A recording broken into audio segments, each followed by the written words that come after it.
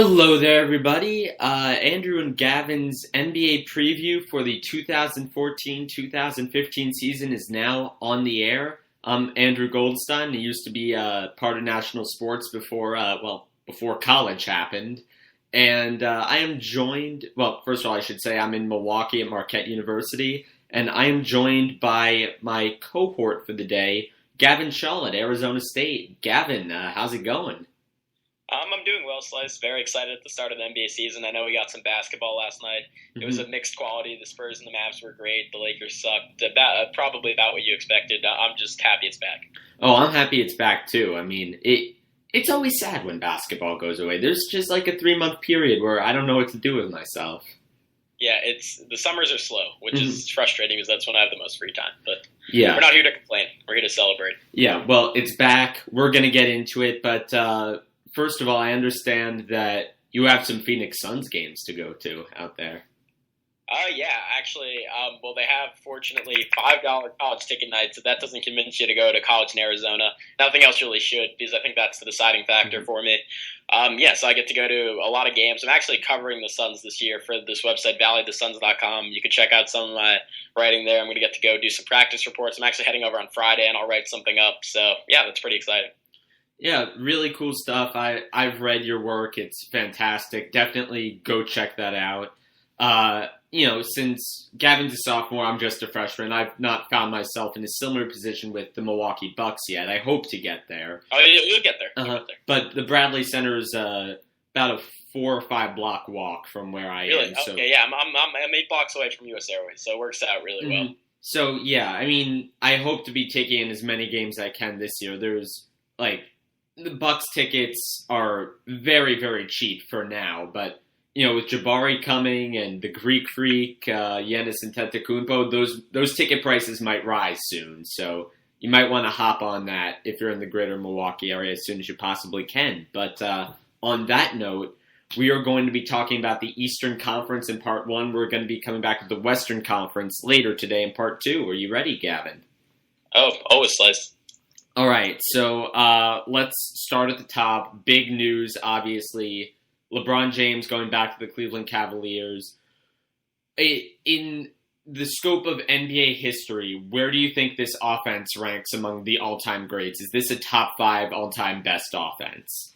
I mean, obviously, it's almost impossible to say given the fact that they haven't played a game together yet. But, I mean, that's what a lot of people are projecting. I know Zach Lowe of Grantland.com and Kevin Pelton of ESPN Insider have both kind of made cases that this could potentially be the greatest offense of all time. And I think everything's in place. I think kind of what matters is if this team can prove to be viable defensively. I know I'm just kind of turning your question around, but that's really going to be the impact. These guys should theoretically all be able to play together. I'm really interested to see what Kyrie Irving does. I really think he's the key to the success of this offense. And obviously, he won, I believe, the MVP award for the entire FIBA basketball tournament. So he had a great summer. But there's a weird dichotomy when you look at Kyrie Irving's games. On the surface, he's clearly an all-star, a great player, but he's also someone who, in terms of, I think the stat is real plus minus. He kind of struggled last year, ranked like 30th out of 36 point guards. Never been to the playoffs either.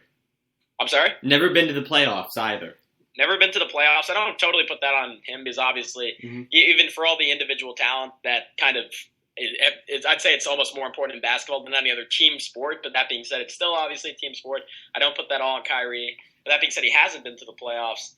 And you kind of look at that and you kind of look into why. And he really struggles defensively, kind of struggles as a spot-up shooter. Was a good passer last year, but almost wasn't doing it quite enough. Maybe because he didn't fully trust his teammates. That obviously shouldn't be an issue. This is a guy who's shown again and again, whether it was winning the MVP for Team USA or winning the MVP in an All-Star game, he plays at his best when he's surrounded by superior talent. So if Kyrie is unselfish, willing to move the ball, and I think he's an incredibly smart player, I think he will be. You look at him, you look at a guy like Kevin Love, who I think for everything that Chris Bosh brought to the Miami Heat, Kevin Love is even a slightly better version of it. I think it's a much better version of it. I mean, really, I think Chris Bosh sometimes takes. A lot of people forget that Bosh put up very similar stats to Kevin Love when he was in Toronto. I think they're the only guys over the last couple of years to average 24 and 10 in a season. So he was a similar player before meeting up with LeBron James. That being said, I think he's a better fit in that while Bosch kind of adjusted to being that stretch four, Kevin Love is naturally that stretch four, one of the best three-point shooters in basketball. And he was so effective and even more so efficient in Minnesota when he really didn't have a lot of guys to take away from him. People would just flat out leave Ricky Rubio to go to the rim because he had one of the, as you and I have talked about, one of the worst shooting seasons in NBA history. Now, they're not going to commit to like crowding him off of a pick and pop or anything like that. Oh yeah, no, it doesn't make any sense. And now that he's surrounded with LeBron James, Kyrie Irving, and not only that, but LeBron's Mafia joined, and you have James Jones, you have Mike Miller, maybe not guys who are going to play incredibly heavy minutes, but you have shooters, even Dion Waiters if he develops. It was a very solid spot-up shooter last year. So Kevin Love's surrounded by all that talent. Maybe doesn't put up quite the same statistics, but he's more efficient. And I think that's kind of the LeBron James effect. Everyone's going to be forced to take less shots, but all the shots they get are going to be better. Yeah, I think you see an incredibly efficient offense. I think you made one of the best points about this Cavs team, which is that with Chris Bosh in Miami, they sort of turned him into that stretch four. He's a very good mid-range shooter. He wasn't naturally a three-point guy. They made him into the guy who took all those corner threes. Kevin Love was made to rebound and hit three-pointers. Like, rebound, throw outlet passes, hit three-pointers. That, like, those three things are Kevin Love. So, you put a guy that fits that, like, seamlessly, naturally well with LeBron James. You don't even have to tell him to adjust his game. Just, hey, Kevin, do what you usually do, except with, instead of being double-teamed, sometimes you're going to have one or even no defenders on you. That's incredibly dangerous. But I think that the key question here, and one that I'm going to pose to you, is Kevin Love, Kyrie Irving, Dion Waiters, nobody who's going to play significant minutes on this team besides LeBron James has ever been in a playoff series. Does that matter? I think it's a little bit overrated, Slice, to be honest. I mean, there's something to be said for playoff experience, but ultimately talent really trumps all. I think the only time when they're really going to run into trouble is against that Chicago Bulls team, and I know we're going to move on to them in a second, and that's kind of dependent on Derrick Rose's health. But until that point, the Eastern Conference is much improved, but it's improved in the sense that there are a lot of good teams. There's still not a third great team, particularly with Indiana suffering the Paul George injury and losing Lance Stevenson. There isn't really a third team out there that if this Cleveland team is healthy, that talent, I know I'm just repeating, that talent isn't eventually going to win out, and a lot of people make light of the fact that Chris Bosh and Dwayne Wade did have all that great playoff experience when LeBron James came to Miami. But I think with that kind of talent, I don't know if it necessarily mattered that much. This could make a difference when you run into the Eastern Conference Finals and the Finals, but it's not like these guys are suddenly going to choke up in the first round or second round. Well, I think it makes a big difference because that first year in Miami, Dwayne Wade and LeBron James were still around relatively the same skill level, so they were doing that, like, is it my team or yours dance. And I think that really worked to their detriment. Kevin Love definitely knows that he's the second best player on that team. But moving on to the team you mentioned, Chicago Bulls, Derrick Rose has had an encouraging preseason for whatever that means. Do you think that Rose is going to get back to anywhere near where he was? And if he is, do you think that they could beat the Cavs? I don't know. I was very confused on Derrick Rose because I did my best to watch every single FIBA basketball game Team USA played. I missed a lot of them, but my main takeaway was, God, Derrick Rose cannot finish. He looked incredibly explosive. He was able to get to the rim. He was playing solid defense, and in a lot of athletically, he kind of looked like his old self. But then there were times where he'd kind of pull up on a fast break and take a layup.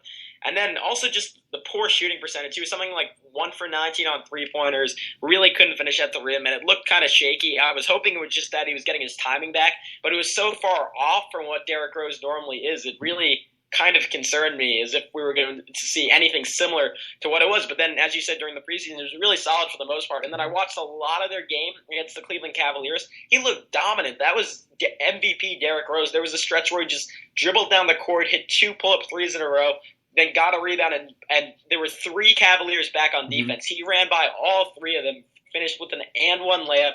It was just truly, it was really impressive to me that he still has that kind of burst. And I think that's kind of what you're going to see during the season. It's not going to be as consistent. He's not going to shoot as well, but there are going to be nights where he brings it and he's transcendent. And this Bulls team is deep enough to make up for it the nights that he isn't quite there. So besides the Bulls, do you think that there's any other team in the league that can match up with the Cavs offense as well as the Bulls defense can. Any other team, not just Eastern Conference. Just in the Eastern Conference? No, not just the Eastern Conference. Oh, not just in the Eastern Conference. Anywhere. Defensively, I don't know, because the West isn't exactly known for its dominant defensive units. I wouldn't say there's any defense that can really just shut down this Miami Heat. I mean, you see, I'm already saying it. This Cleveland Cavaliers team. There's LeBron's confused. He said too many good scores.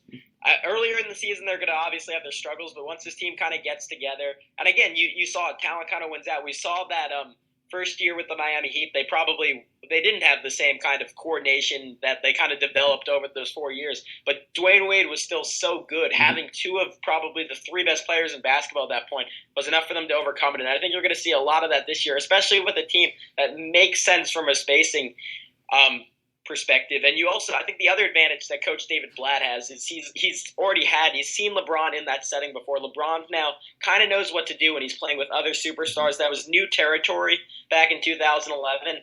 And now you kind of see that LeBron's surrounded by all these shooters already, and they don't have to kind of make trades and set that up. It's already the perfect situation for him. And that being said, you asked me about the defense. I don't really see a team that can match up with them. Look, Memphis is really good defensively. There are a few other teams in the West. Oklahoma City, when they're at their best, are going to be just athletic enough to keep up with them. Serge Ibaka is someone who can really do a number on Kevin Love if there's anyone out there. But there's not one team that can just lock this Cleveland Cavaliers squad down. I think if there were any team that could do it, any team that could sort of emulate what the Indiana Pacers tried to do against the Miami Heat teams of these past couple of years, it would be the Bulls. I don't think, Bulls and maybe the Grizzlies, but the Grizzlies don't have the offense to keep up with the Cavs. I think that there's no other team that has the combination of interior defense and wing defense that the Bulls and the Grizzlies have. A lot of teams have one of them. Not very, very few have both. Right. I certainly don't disagree with that. I think it's going to be very interesting when you look at this Bulls team because they did bring in so many offensive first guys. Pau Gasol, I thought was a great signing, and it kind of proved it throughout the World Cup. I thought he was probably the best player in the entire World Cup. He was incredibly efficient. He was scoring and rebounding at will. And I think kind of joining the Chicago Bulls team that's a legitimate contender and has so much depth, he's not going to have to play quite the same minutes. But it's also going to be interesting because he's someone who flat out said, I believe there was a Chicago Tribune or a Chicago Sun article on it recently, that he's not someone who wants to sit the fourth quarters. Last year, Tom Thibodeau consistently sat out Carlos Boozer because of his defense to play Taj Gibson, who, as we know, is probably one of the better bench defenders in all of basketball. Absolutely. Yeah, so and then Gasol is probably going to have to come off the bench at times in the fourth quarter. He's not going to be happy about that. Maybe there's a small issue there, but then I want to move on to the other guys they brought in, Nikola Mirotic and Doug McDermott. Mirotic, the EuroLeague MVP last year, someone who was dominant in Europe, even in his early 20s. He's still only 25. But again, not someone known for his defense. Same with Doug McDermott. I think he comes in already as one of the better shooters in the entire league, but not a defensive player. So I think this is going to really stretch Tom Thibodeau's system because obviously that's what gets all the credit, but you also have a lot of athletic defenders on this team. There was a reason why Joakim Noah was the defensive player of the year, not just because he locks down his own man, but because he's so good at helping off the ball, so good at contesting shots, so good at running out on guards. Someone like Jimmy Butler, a lockdown perimeter defender, and then even Derrick Rose is a good defender when he's healthy. So it's going to be interesting to see if this system can function with multiple minus defenders on the floor at the same time, and whether Tom Thibodeau is willing to sacrifice maybe a little bit of that top-end defense to have a dominant offense. Yeah, it'll certainly be interesting to see how Tom Thibodeau mixes and matches his lineups because he certainly has the personnel to do it. But I want to move on from the top part of the Eastern Conference down to the other end. Philadelphia 76ers. Is this the worst collection of basketball players that have ever been put onto an NBA hardwood? I don't know. We had the Charlotte Bobcats when they were still the Bobcats a couple years ago who had something in the lockout season who I think had like 7 or 8 wins on the season. So that was up there. There were a couple of, as you well know, there were a couple of really, really bad Nets teams while they were still in New Jersey. Absolutely. But I'd say this Philly team is close if it weren't for the talents of Michael Carter-Williams and Nerlens Noel. Right there, you have 2+ starters, which you couldn't really say about some of those teams. I'm really bullish on Noel. I think he's going to come in and be a very solid rim protector right away and an efficient scorer. That being said, I think this roster depth is probably the worst in the NBA. You have a guy like Henry Sims who's starting for them, who I honestly don't think would be in the rotation for any playoff contender. And someone like Tony Roden, who's really erratic, probably profiles best as an 8th man. and he's going to be taking a lot of the point guard minutes, particularly when Michael Carter-Williams is hurt. Didn't they just sign Travis Outlaw too? Yeah, I think they released Travis Outlaw. I think Travis Outlaw might have been too good for what they're trying to do. Oh, no.